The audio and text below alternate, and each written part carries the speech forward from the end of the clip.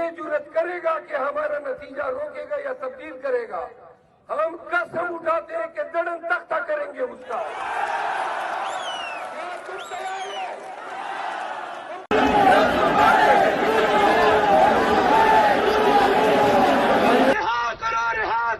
किधर किधर हालात खराब है। ये एक्चुअली आपके, एंड लेट मी से दिस, ये आपके इंतखाबी सिस्टम के ऊपर ना एक तमाचा है। आपको पूरे पाकिस्तान में इंटरनेट बंद करने की जरूरत है। इंटरनेट बंद किया गया, रात को लेट नाइट ऑर्डर्स आए। नाज़रीन इकराम, पाकिस्तान की 76 साल तारीख की बदतरीन धांधली ज़दा रात। सबसे इंपॉर्टेंट बात यह है कि रिजल्ट अभी तक नहीं आया।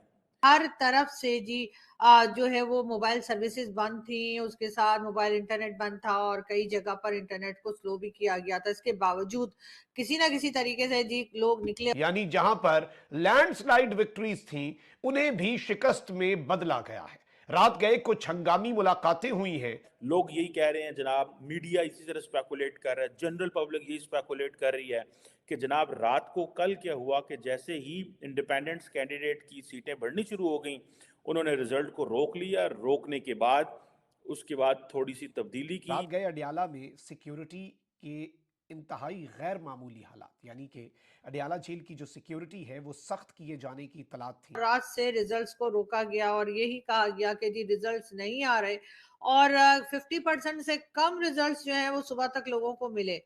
मैं भी गलत थी। हम ये समझ रहे थे कि इंतखाबात हो जाएंगे तो एक बहरान जो है वो खत्म हो जाएगा। स्वागत है दोस्तों आपका हमारे यूट्यूब चैनल पर। दोस्तों आज इस वीडियो में देखेंगे कि कैसे पूरे पाकिस्तान में खुद की ही आर्मी के खिलाफ नारे लग रहे हैं।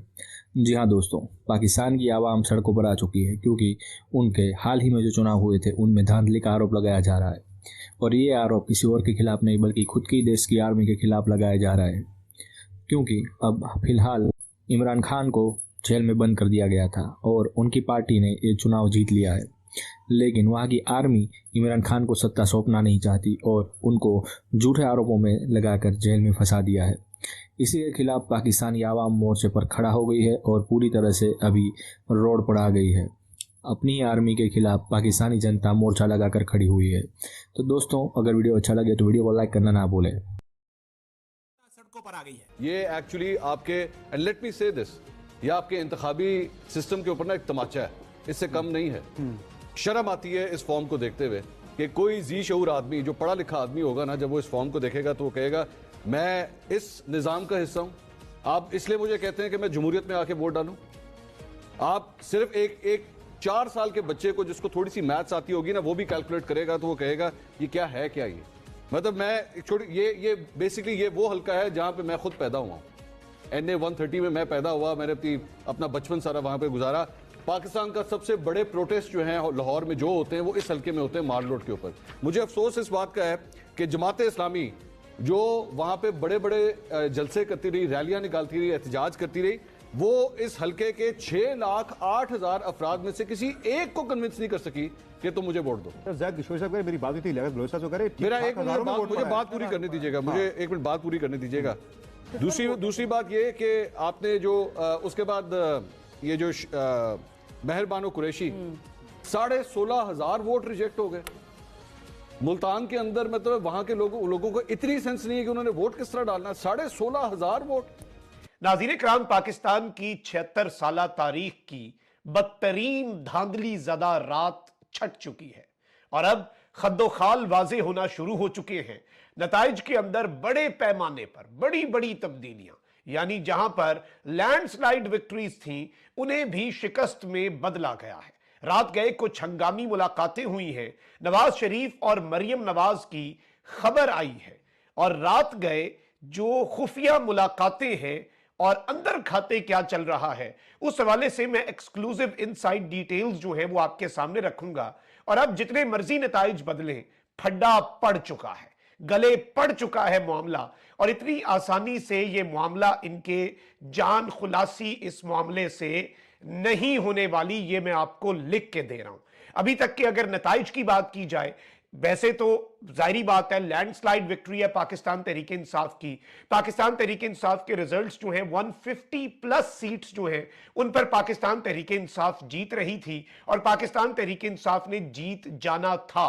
फॉर्म 45 के मुताबिक भी अभी बहुत कुछ है और ये इनके गले पड़ेगा। ये किस तरह से वो मैं आपको बताता हूं, लेकिन जो नताइज आप अपनी स्क्रीन पे देख रहे हैं इसमें पीटीआई के जो इंडिपेंडेंट कैंडिडेट्स हैं जो कि आजाद उम्मीदवार हैं लेकिन पाकिस्तान तहरीक इंसाफ के उम्मीदवारान हैं, उनकी 54 सीटें हैं, नून लीग की 42, पाकिस्तान पीपल्स पार्टी की 34, एमक्यूएम की 4 और जमीयत उलमा इस्लाम की 1। ये बेसिकली इलेक्शन कमीशन के नताइज हैं जो चीफ इलेक्शन कमिश्नर जब कल नताइज को दरमियान में छोड़ के, रुके हुए नताइज को छोड़ के चीफ इलेक्शन कमिश्नर बगैर प्रोटोकॉल के इलेक्शन कमीशन ऑफिस से खुफिया मकाम पर गए। ये बात सबने रिपोर्ट की, सब सहाफियों ने देखा और इलेक्शंस के अंदर जो डिले था उसने बहुत से सवालात खड़े किए। पहले इस इलेक्शन से पहले जो प्री पोल रिगिंग हुई, लेवल प्लेइंग फील्ड के नाम पर जो मजाक हुआ पाकिस्तान के साथ नहीं दुनिया भर में जमहूरियत के साथ, ये जो इलेक्शंस हैं ये एक टेस्ट केस के तौर पर पढ़ाए जाएंगे दुनिया भर में। जब कभी डेमोक्रेसी पढ़ाई जाएगी या फिर जब कभी पाकिस्तान कंप्लीटली डेमोक्रेटिक नहीं है ना, कागजों में है लेकिन पाकिस्तान एक तरह से ट्रांजिशन में है और ये एक टोटलिटेरियन और अथॉरिटेरियन स्टेट भी हम अनफॉर्चुनेटली एक तरह से हैं।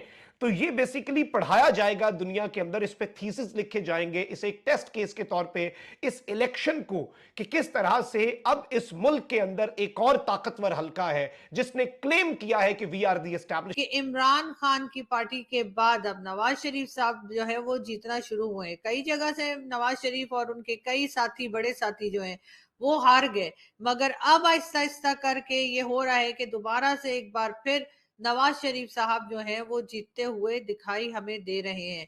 पीएमएलएन की सीट्स जो हैं वो शुरू में यानी कल तक जो है वो हारते चले जा रहे थे, मगर अब जो है वो ना सिर्फ नवाज शरीफ साहब बल्कि शहबाज शरीफ साहब, मरियम नवाज जो है, ये सब लोग जो हैं अपनी अपनी सीट्स पे जीते जा चुके हैं और रिजल्ट अनाउंस किया गया है। पूरी तरह से कंप्लीट रिजल्ट आने में यकीनन शाम तक का वक्त हमें चाहिए होगा, लेकिन ये जरूर है कि कहीं ना कहीं शायद एस्टैब्लिशमेंट या वो लोग जो पॉलिसी मेकर्स हैं, जो गवर्नमेंट लाते ले जाते हैं, वो ये बताने की कोशिश कर रहे हैं कि जी जो भी गवर्नमेंट आएगी वो बहरहाल उन्हीं के अंडर रहेगी, इसीलिए शायद नवाज शरीफ को।